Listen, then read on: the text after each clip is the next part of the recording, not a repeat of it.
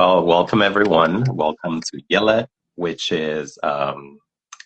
means conversation in Dagari, my father's language. It's the name of this new discussion platform or series that I'm starting.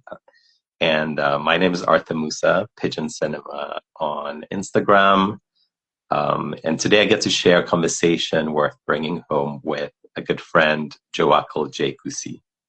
Now, Joewackle and I met back in 2016 or 2017, I think. It was at a FRIF, at the Africa Film Festival in Lagos, Nigeria, where both of us had a short film playing.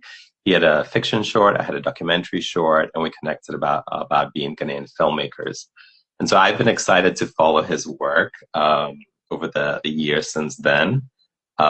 Especially because he's a filmmaker, but also a multidisciplinary artist, and his work over the years has spanned theater, sound, he's done some podcasts, and cinema, of course. He's continued to create films. Now, his stories trace grief, intimacy, and memory in Ghanaian life. Last year, his fiction short, Nyamima, traveled the world at film festivals and was presented at the Cannes Market by Tilt Agents, I believe. And he recently premiered a new stage play in Accra just last month called There is Rice at Home. The play returns to the stage next week on December 15th, so I'm sure you're hot in rehearsals and all of that, so thank you for making time. Today's episode is Storytelling from Ghana, an exchange about where stories come from, how they hold us, and what Joewackle's work reveals about Ghana. So let's begin. Welcome, Joewackle, and thanks for being here. My first question to you is about what was the first time you fell in love with storytelling, with stories and storytelling? Can you tell us a little bit about that? I think personally for me, story and storytelling came to me in the form of listening to my mother tell me stories every night, every evening when I was going to sleep. I always say storytelling to me had always been introduced to me in an oral form.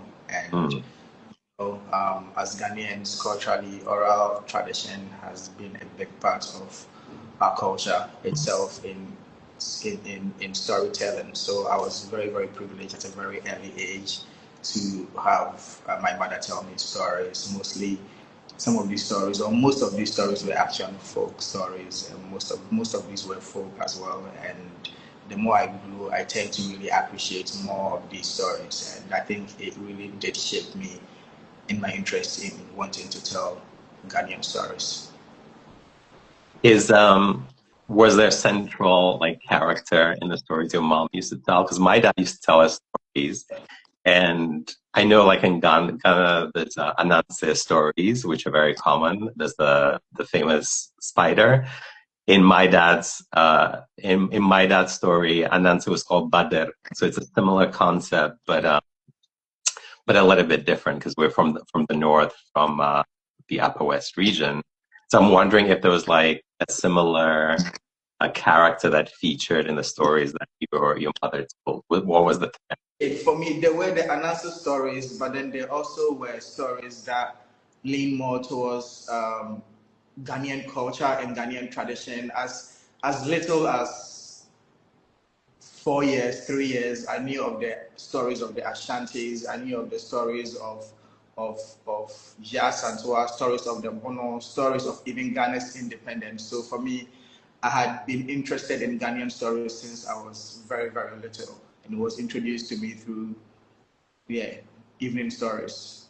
Okay, that's great. So it was actually even cultural and more expansive than that. That's fascinating. Yeah. So help me trace the line between the stories that your mom first exposed you to, that love that she that love of stories that she gave you, and the filmmaker, writer, director that Joewackle J is today, right? was the formal study between those two moments? Are you self-taught? What was the journey to becoming a storyteller for you?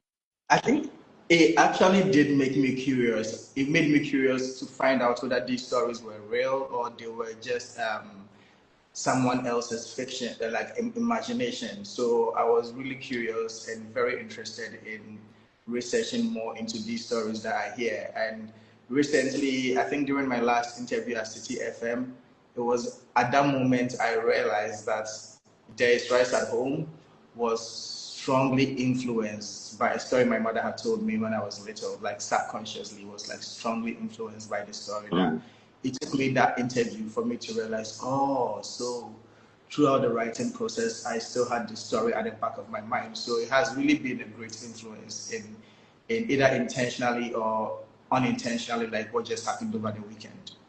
Right, right.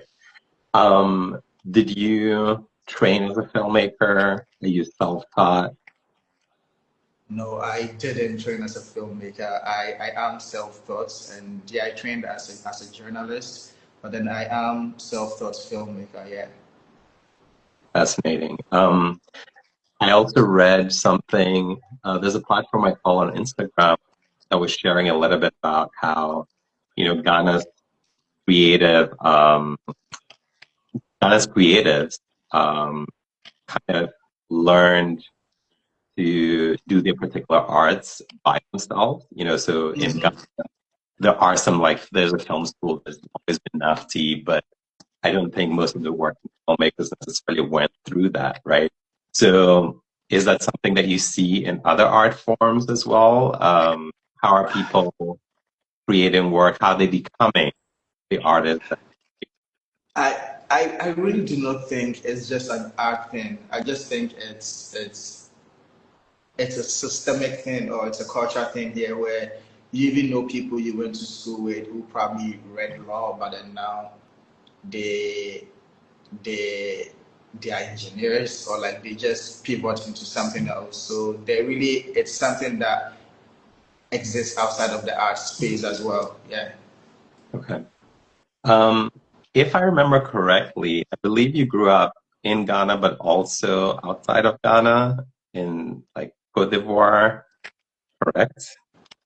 And I'm just curious about how your experiences, especially kind of moving around, if I'm correct about that detail.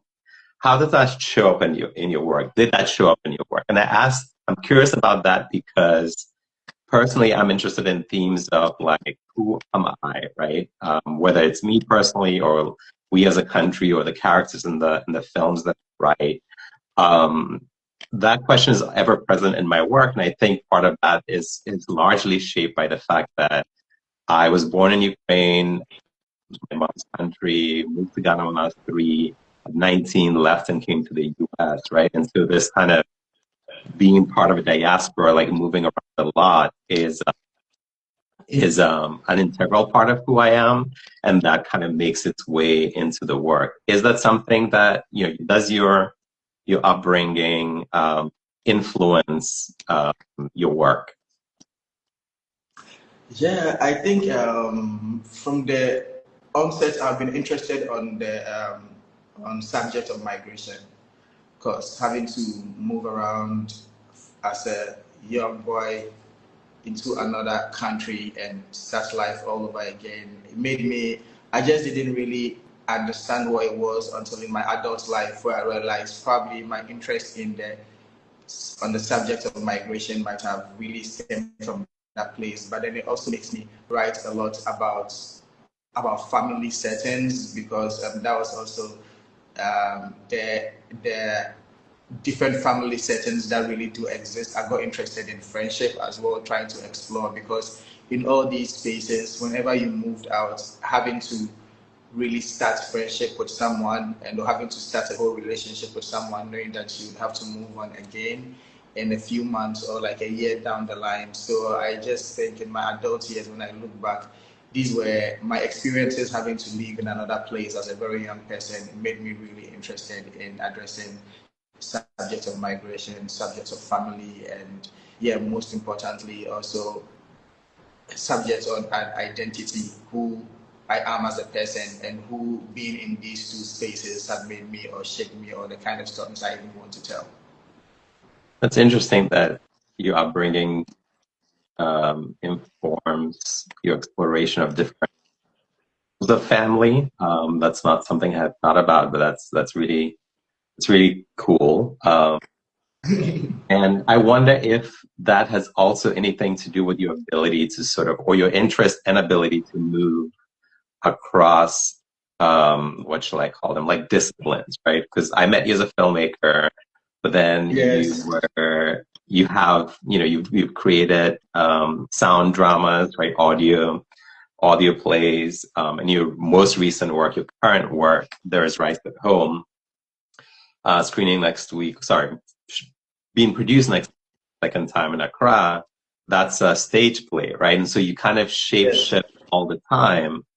Um, Tell me a little bit about that, and also like how are film and theater different, right? Is there something that one of them allows you to do that the other one doesn't? Um, yeah. I think first of all, it's important to state that theater allows you to engage with the audience in real time, which is something I Mm. find very magical.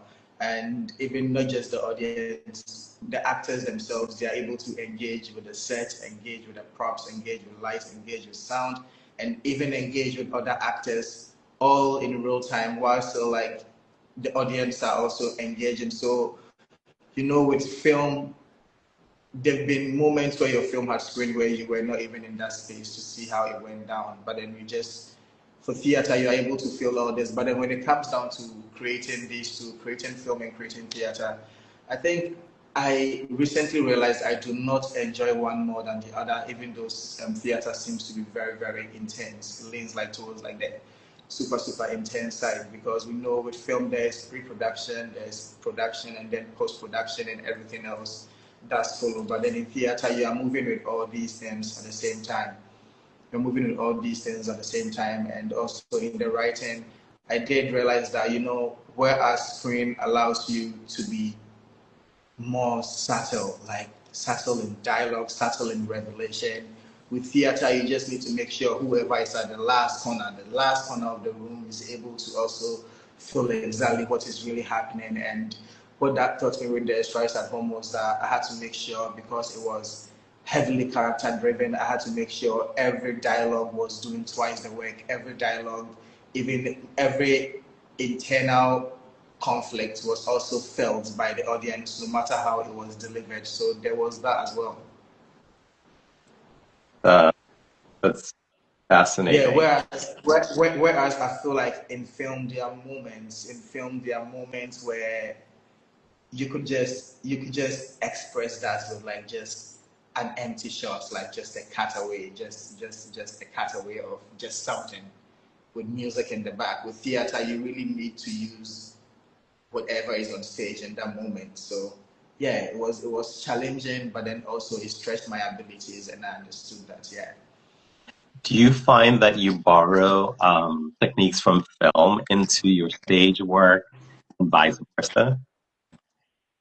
I did borrow a lot. I did borrow a lot because one of the comments that stayed with me was when a friend had mentioned that when they saw it through the pictures, it was evidence that it was a production that was directed by a filmmaker, because I was intentional about the light. I knew exactly how I wanted the light to feel. I wanted the light to change in real time, seamless, just as it does in film. And so I borrowed a lot from film into this phase, and I also did borrow a lot from myself as a sound storyteller. Whereas we designed the entire world, myself and Nikwe, we designed this entire world where we wanted exactly what it sounds like in this world, just to make sure that people are not just transported by what they are seeing, but then by also what they are hearing. And when it went down to even song selection, myself and Ria Boss were able to find the songs that fit in the time. So there were like bits of myself borrowed from all the art forms to make sure that yeah, I felt really cool about what I was doing. And interestingly, there were first drafts. There was first drafts of the play that didn't make it in subsequent drafts. Actually, it was going to open. It was going to open with a video. It was going to open with a video, which was like a flashback into the story, and that was me just trying hard to get myself as a filmmaker in there just so we could shoot that bit as well. But then I had to be like, let's go off. I like tone it down. Let's go theater. So wait, So I why did just you got have to myself. tone it down? Yeah, yeah. Why I had did you have to to pull back? What was the reasoning, and what was the constraint of time, no, funding, I also logistics, or you just wasn't right for no. this? It wasn't logistics. It just wasn't. It just wasn't right. It just wasn't right. But then also, I just felt subsequent drafts were stronger than that. Mm. Yeah. So since you brought up the draft, I haven't seen the play. For anybody watching, I haven't seen the play, but I have read it. You were very generous to share the script of the play, so I got to read it, and it was a very fascinating read. And one of the things that stood out to me is that there were some pretty epic monologues in that. I don't know if that changes from I don't know if there were any changes in the production, but there were a lot of monologues, and it wasn't just like one or two, but there were a lot, almost to the point of you had to like adapt the typical formatting of a stage play script to fit Yes. your style of writing and what you were going for. Because the change, just for people that hadn't seen the pages, the change was usually the stage directions are like full page, and then the dialogue is kind of like half a page in the middle. And this was inverted. The dialogue was taking up the entire width of the page, and then the stage directions were in a more narrow box, which is really fascinating to see. I'm curious about how and why did you write these epic monologues? And then were they challenged to direct? Were they challenged for the actors, or were they excited? Or and basically, like, how did you bring them to life from the page to the stage? Uh,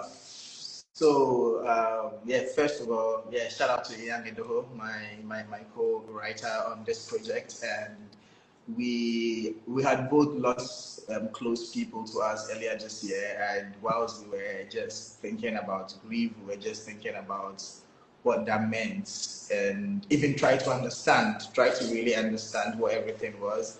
Personally, for me, when I went back home for the funeral and I sat back and watched everything, it felt very performative to me. It felt very tedious. Like the entire grieving process felt performative to me, and the entire funeral culture process was very tedious on the part of the bereaved. And I stood back, and all I could see was theater. It was just theater to me. It was theatrical. So back home, I spoke to my friend Ian, who also like we get and grieve and living in loss and what it really means, the conversations that people are not able to have because in the heat of planning the funeral, no one really has time to rationalize things through. No one has the time to have these meaningful conversations. So we just decided that, you know what, we were going to write a show. We're going to write a show about this experience, right? And we decided we were going to go for theater. Like I said earlier on, sitting back and watching the entire funeral process happen, it felt like theater to me. So we just decided that the first character we had created was Death. Death was the first character we had created because it was someone, or it was the subject we both had questions for.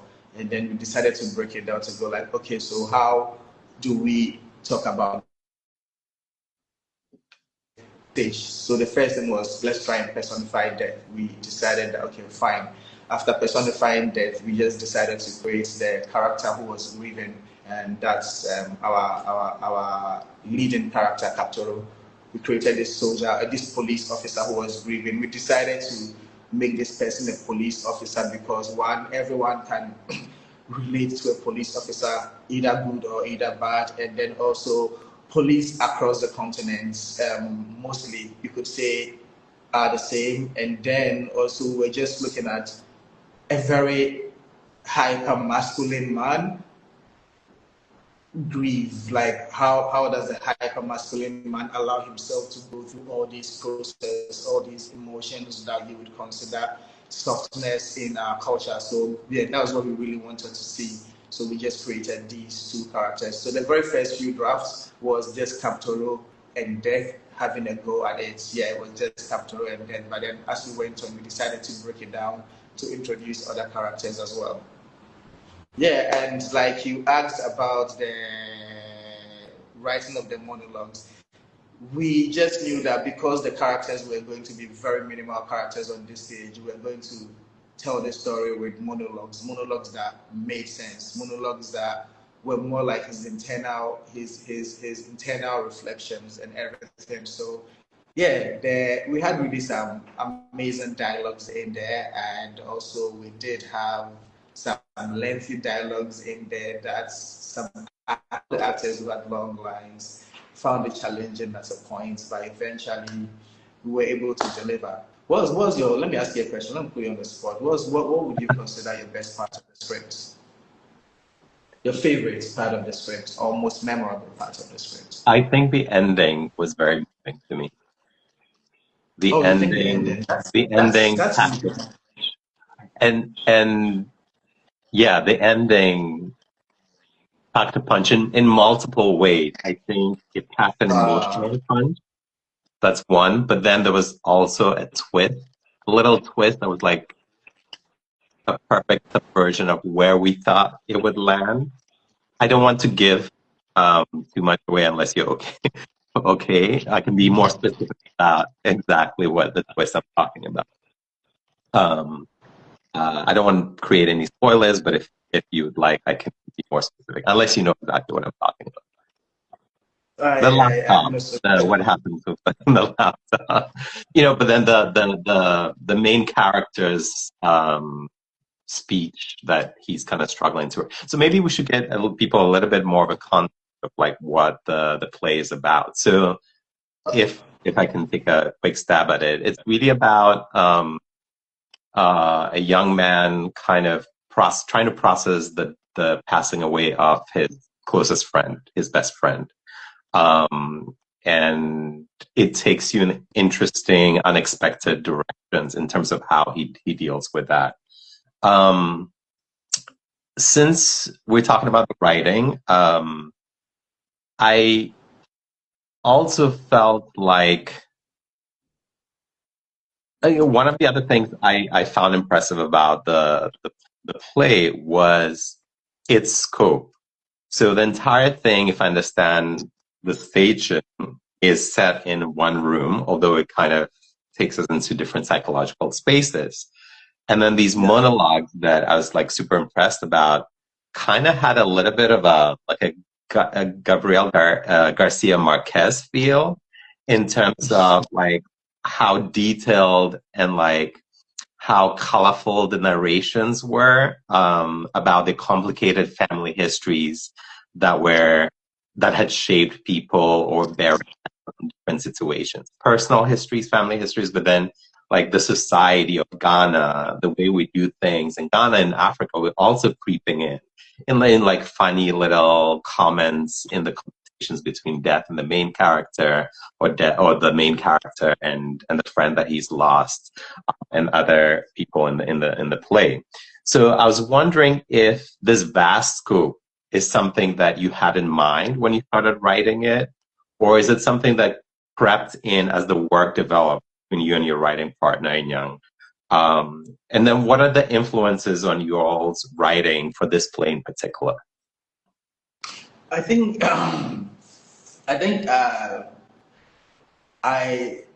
my major influence for this, first of all, was from we actually borrowed Death. As a filmmaker, as a storyteller, there are some stories, and then you go like, let me shelve this for later. Years ago, I was writing this film. I had shot the concept trailer for it, set in a very beautiful town, and it had Death as a character, as this young man who had just visited this town to be with his lover, right? His lover who's human. So I just thought about while I was thinking about the concept of funeral culture and death again, I thought of this character again. But then this time, while I thought of this character, I wanted to see them more or understand them more from a human perspective. So you would understand that death in There Is Rice at Home is super frustrated at the logistics involved in doing her work. And she believes that the beginning to catch a break, not to even finish a stick of cigarettes. So then again, I was just trying to explore what if we always complain about death, we always talk about death. What if death also complains about us? It was one of the things I was really looking at, and for me it was very, very important that I dig into the Ghanaian culture to talk about even the bit where when people visit home, when people come to people and they are grieving, you'd realize that when it comes to culture, right, there is often space for women who are grieving, right? There's barely space for men when they are grieving, and it makes their grief very, very isolating. Can you hear me? Yeah, I can hear you. Yeah, there's barely space for men when they are grieving, and it makes their space very, very, like their grieving process very, very, very isolating. And then again, it's not even that. It's the problem. Basically, So we're as losing you, dropping in communities and out. hold space for each other. Yeah. You're dropping in and out. Can you repeat the last thing you just said? Yeah, it's better now. Is it better now? Yeah, yeah. So I was also looking at how in our society, when men are grieving, it's very isolated. It's very, very limited community for that. Okay. So basically, men are not allowed to grieve as openly as women. Yeah, you know what? Yeah, your friend is dead. I mean, just hold things down. Just hold things down.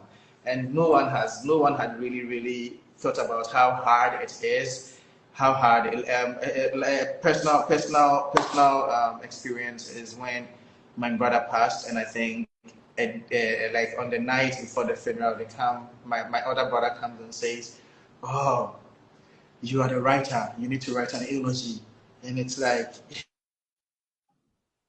they expect that in like hours, and I thought about that. I think for me that was one of the moments, the defining moments for the plot of the story. Like, how do you bring yourself to write an eulogy to someone you held so dear, and knowing that once that is written and that is put out into the universe, it is final. So like the mental space to be able to do that. I see. Well, talking about, my favorite part of the thing, I felt like you made a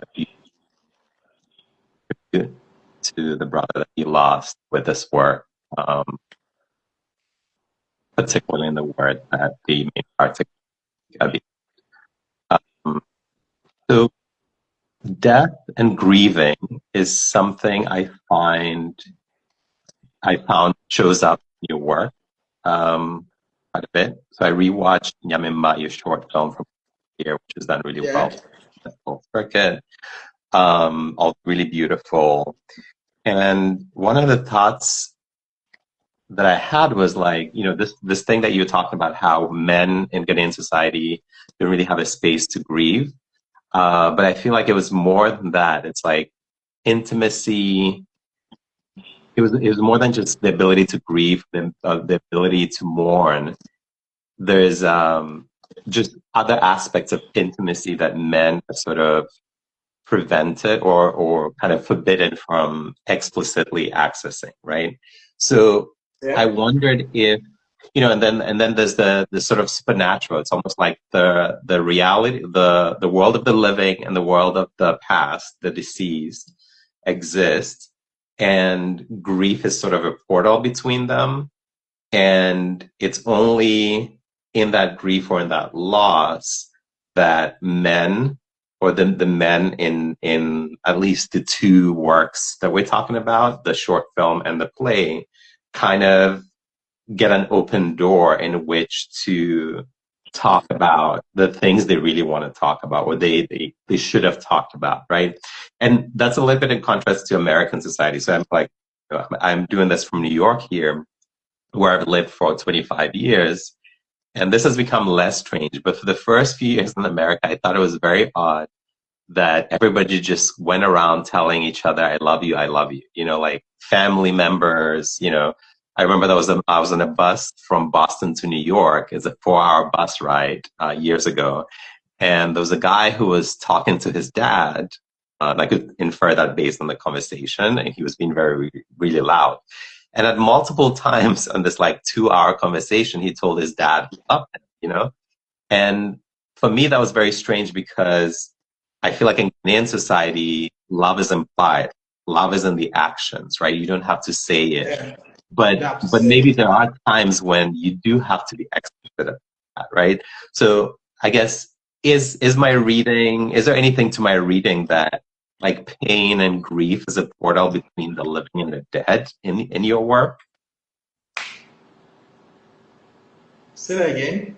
The last sentence. Yeah, so my question is, I feel like what I took away, or one of my takeaways from your two things, is that men don't get to speak about their pain or their grief or be intimate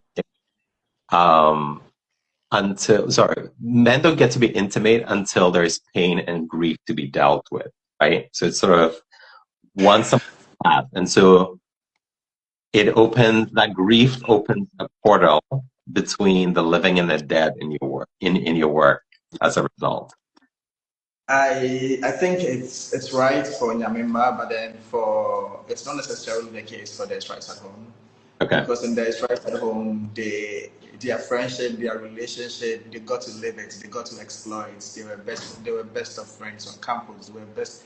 They made jokes. They traveled together. They were there for their mini fest. So he was basically like third wheeling with this young couple. So it's two different scenarios, two different cases of expressing their emotions here. Whereas in Nyamimba, grief was a portal to that. In the Strikes at Home, there was the existence of that love. Whereas grief here is just a reminder of the love that existed. And grief here is also a reminder of the fact that you were loved dearly by this person who is no more. So yeah. I see. That there's an important distinction there. I have to see it now. What do you imagine the audience for your work to be? Do you see it as like, are you speaking to a Ghanaian audience? Are you speaking to an international audience? To both? I think Do you even think of the audience when you're creating your work? honestly, I do not think of my audience when I'm creating my work. That comes to me later on. But then I think I have come to create for human experiences. I just realized that most of my works are written in a space where, or they are created in a way that you just need to be human to be able to relate with them. Most of my work up to this point, the themes that I seek to really address, if you take Nyamimba, for example, it's still love, loss, living in loss. If you take the Strikes at Home, for example, it is political systems, it is friendship, it is love, it is grief, it is death, which is itself, it's hugely like it is the most universal, one of the most universal human experiences. So for me, I think when I'm creating, I see the world as my audience, but then of course intentionally also create from a very, very Ghanaian perspective as well. Okay. And what is your work? What would you say your work is trying to say about about life and about the world? About the what? About the world, about life, and maybe about Ghana. That's a very good question. I think what my work is trying to do, yeah, that's a good question, Musa. I think what my work is really, really looking at doing, at this point, is It's just to show that there are different stories out there. I think I always like to make people understand that it's okay to be different in whichever work I create. It's okay to laugh differently. It's okay to laugh differently. It's okay to aspire for something else. So for me, I'm very intentional about that, and that's one of the things I am intentional about when I'm creating, about difference, but then also more importantly about the small human experiences in big historical events. That's also something that I'm very, very drawn to. I love telling stories of the everyday people on a big historical backdrop. And as you mentioned that, it makes me think of your audio drama, which is basically set the evening of Ghana's Independence Day, so March 6th, Yes. 1997. And that's an interesting thing to think about because we grew up with this image of, Kwame Nkrumah making his famous speech in the evening. And so in the evening, it's like it's very epic, part of every Ghanaian's kind of imagination, right? But you situate that story kind of with everyday people, not all of whom believe in Nkrumah as a leader, or not all of whom believe in independence as the way forward, the independence from British. Maybe, before we move on, can you tell me a little bit about the origins of that story and what made you interested in that particular kind of I think approach to the idea Independence for Day?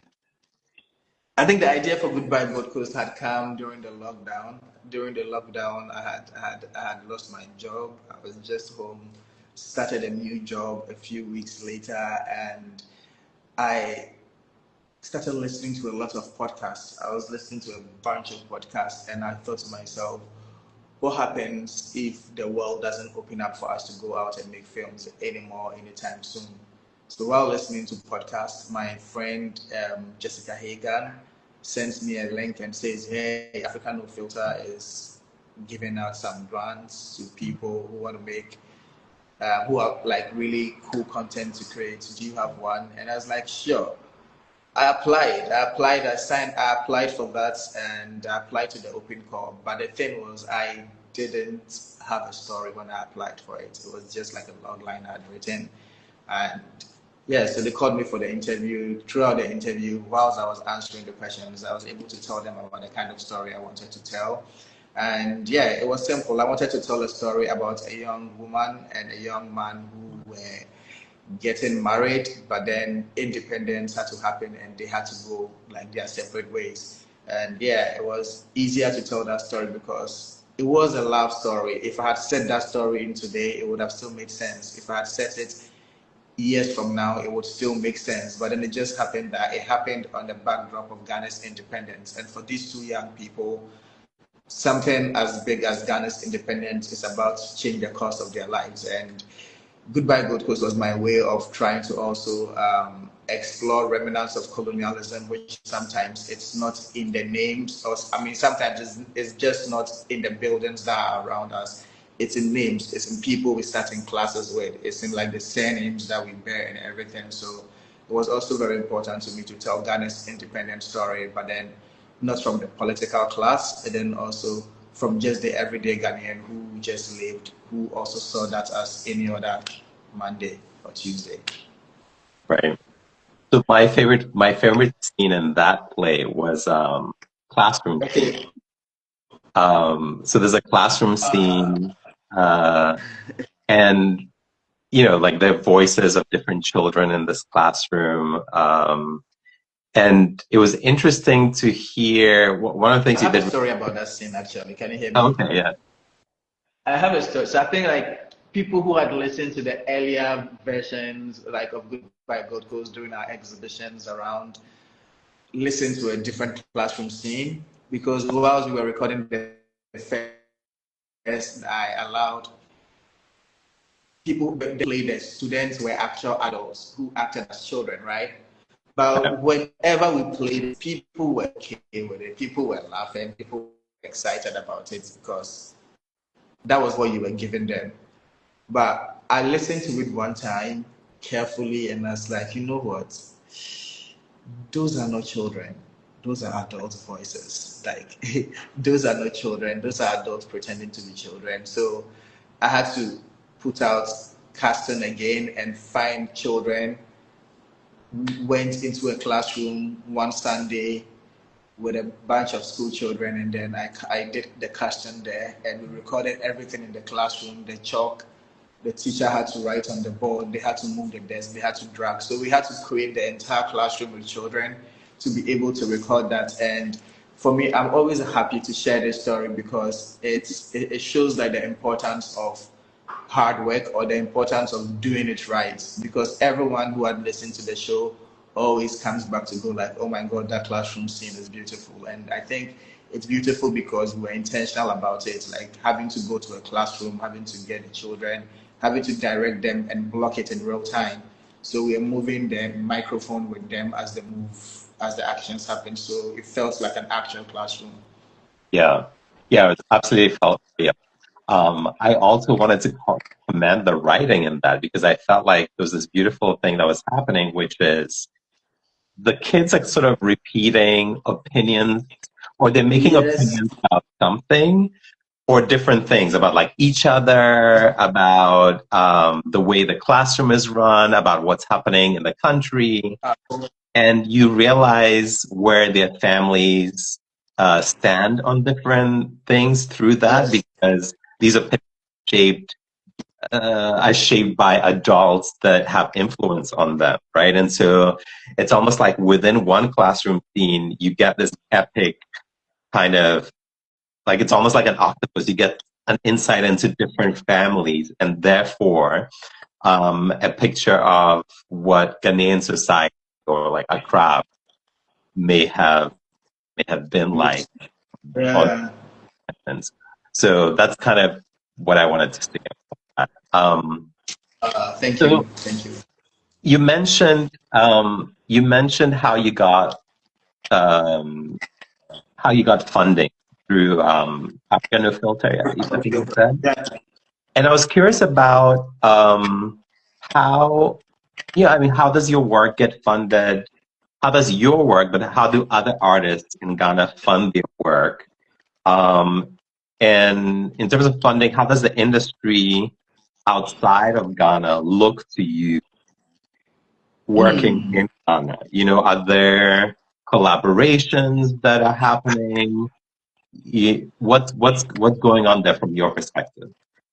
I think from my perspective, my friends and I have come together. I mean, more acquaintances than friends have come together to agree that collectives are the way forward, collaborations are the way forward, especially you were in Ghana yourself, you attended a film summit and you heard some of the things that were important to the people and you heard some of the conversations that were had. So when it comes to funding, mostly it's been self-funded, but then also I've also had the opportunity to get funding, at least in the kind of art I create, and you will well enough bear with me or agree with me, actually. You will agree with me that most of the works that I create lean towards Ghanaian culture, Ghanaian archives, Ghanaian memory, and like being intentional. So I've been able to also get funding from spaces like Africa No Filter. I've been able to get funding for projects with like the Gopher Institute and also the Christian Africa Ghana. So yeah, being able to, I really just wish that there were more local organizations or there were more institutions that were down to fund projects that were not necessarily commercial, because even the projects that are commercial are finding it hard when it comes to funding. So yeah, that has been, or that's still one of the major challenges. So most of us here, the way forward is building communities and collaboration among ourselves. Okay, that's interesting to hear. Maybe a little bit on a little bit of a lighter note. I'm curious to know what your favorite film is and why, or a film that scared you and why. My favorite film. That's a very good. I have a bunch of One favorite of your films. favorites. What are some of my favorite films? Just one of your favorites. Just one. Just one. Just one would be so hard. It'd be hard to just All say right, one. let's name a few.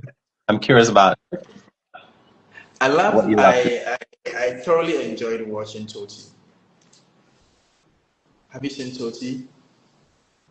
Is it the South African film? Like Yeah, when yeah, yeah, youngsters? yeah. It's a South African I have film not about seen this it. young boy who stole a baby. And have you seen that?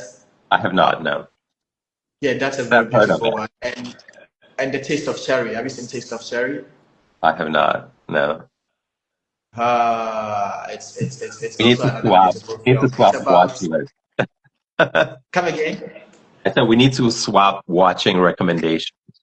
We should. We absolutely should. I'll be very Yeah. happy. You should send me some list. I'll share. I'll share something with you as well on Letterboxd. Yeah, but then Taste of Cherry is about this old man who was driving along this countryside looking for someone to bury him when he commits suicide.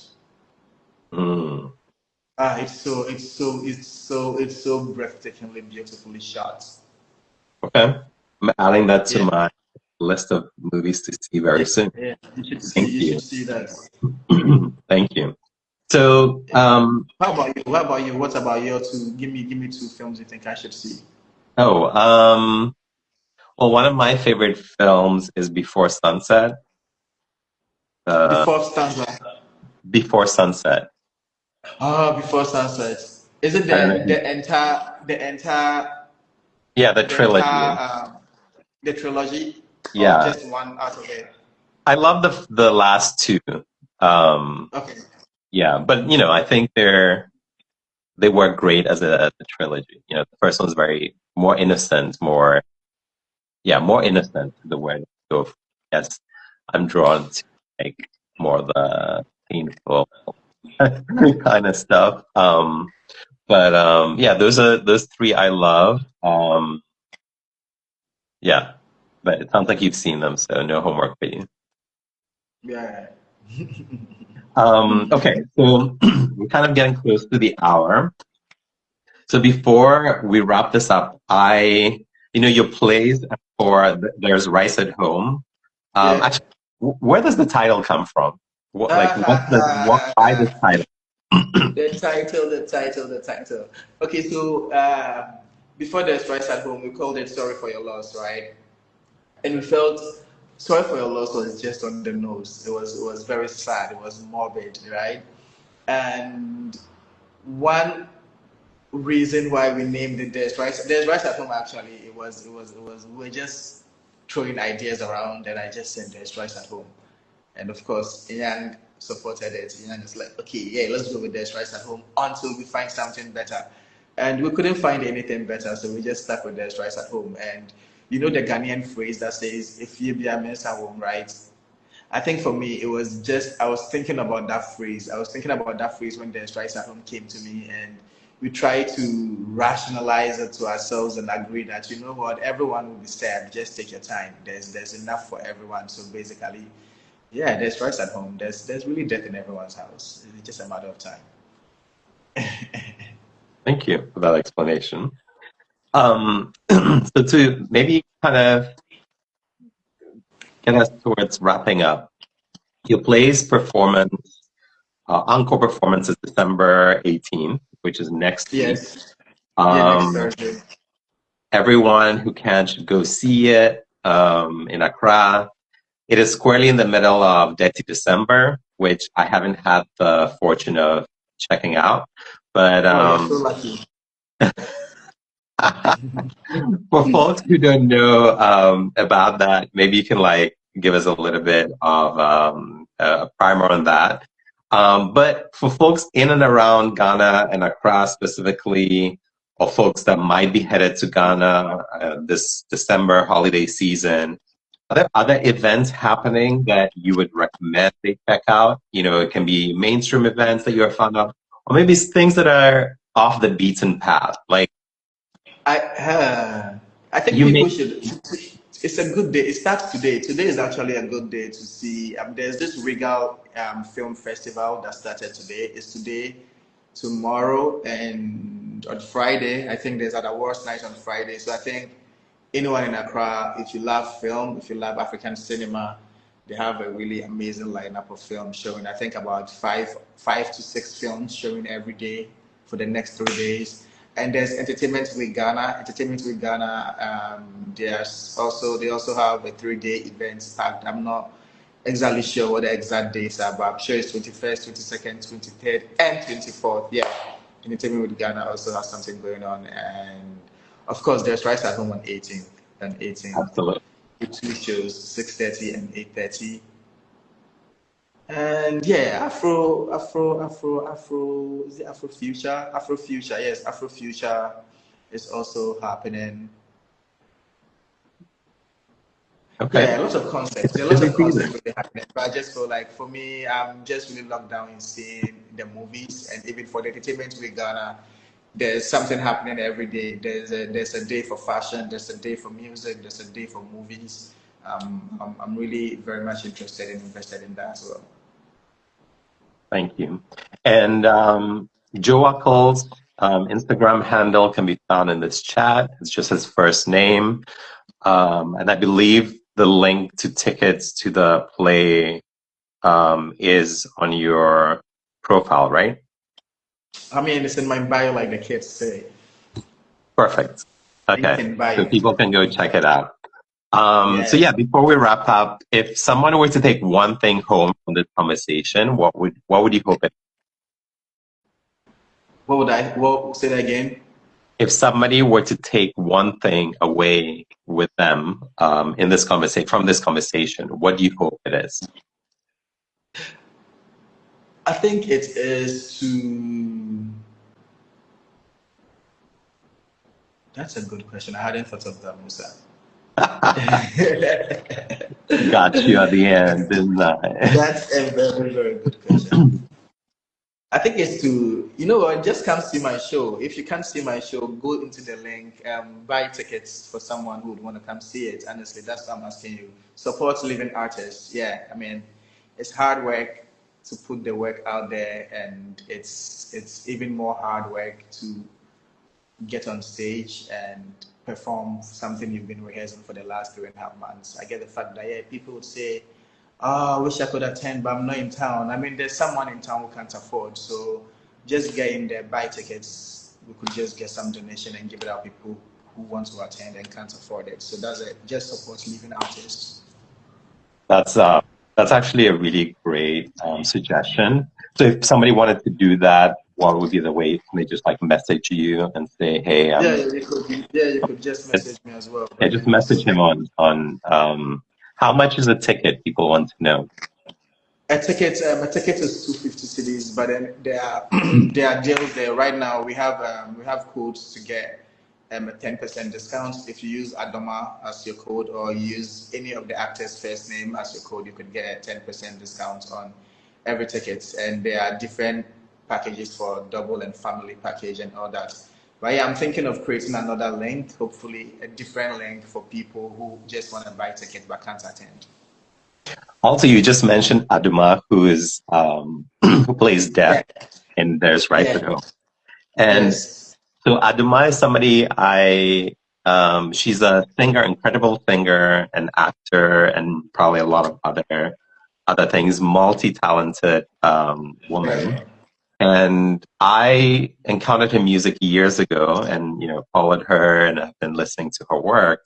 And then I met her in person for the first time in September when I was in Ghana this year, because we were both attending the Ghana National Film Authority's national dialogue. And so, we happened to be standing at the same table, we chatted, and then she started popping up everywhere. I was in a hospital waiting room, and then she was on a show on television. So anyway, long story short to say, you're working with some incredible people in Ghana, and you yourself and your work is incredible. I love all that you're creating, and I'm honored that you were able to join me for this conversation about storytelling from Ghana. Thank you very much, Joewackle. I wish you all the best with the Encore performance production next week on the 18th. Everybody can go check it out. And thank you, everybody, for joining us, for being here with Yɛllɛ. If this conversation stays with you, if something Joewackle said lingers, pass it on. That's how conversations worth bringing home travel. There's Rice at Home returns to the stage on December 18th in Accra. If you're in Ghana or headed there, consider checking it out and supporting the work. If you're not there, as Joewackle said, you can buy a ticket or two, and that can be donated to somebody who can't quite afford it. Supporting artists in Ghana and elsewhere in the world, indie artists especially, is incredibly beneficial. So follow Joewackle on his Instagram handle and on Twitter, where he's also very active. Thank you all for joining us, and until next time, stay well.